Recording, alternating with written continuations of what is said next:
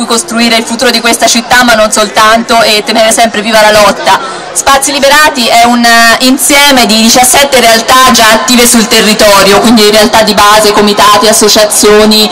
movimenti eccetera, che già conoscete, vedete da decenni ormai, quindi quelli contro i rifiuti, quelli contro il sottoattraversamento TAV, contro la vendita di ATAF, per l'acqua bene comune, il movimento lotta per la casa, tutte queste realtà che già conoscete, realtà che praticano tutti i giorni la resistenza, che praticano tutti i giorni l'antifascismo nelle loro lotte come presidio democratico sul territorio. Siamo qui in questa piazza, c'eravamo l'anno scorso come singole realtà, ci siamo quest'anno come insieme di realtà per avere più forza, non in questa piazza ma fuori da questa piazza, dove l'individualismo, l'egoismo, il razzismo vincono abbattuti da quelle che sono le regole dell'austerità, da quello che ci vogliono imporre tutti i giorni, dalla strettezza in cui ci costringono, costruendo leggi sul lavoro, leggi diciamo che ci toccano tutti i giorni nel nostro vivere quotidiano.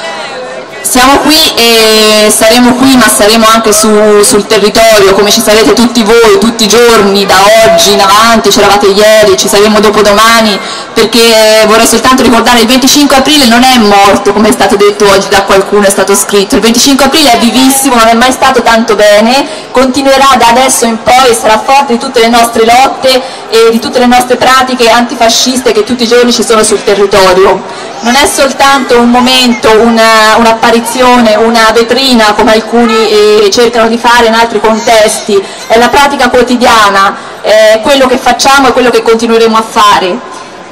Andiamo avanti con la nostra lotta, andiamo avanti con la resistenza, continuiamo tutti insieme.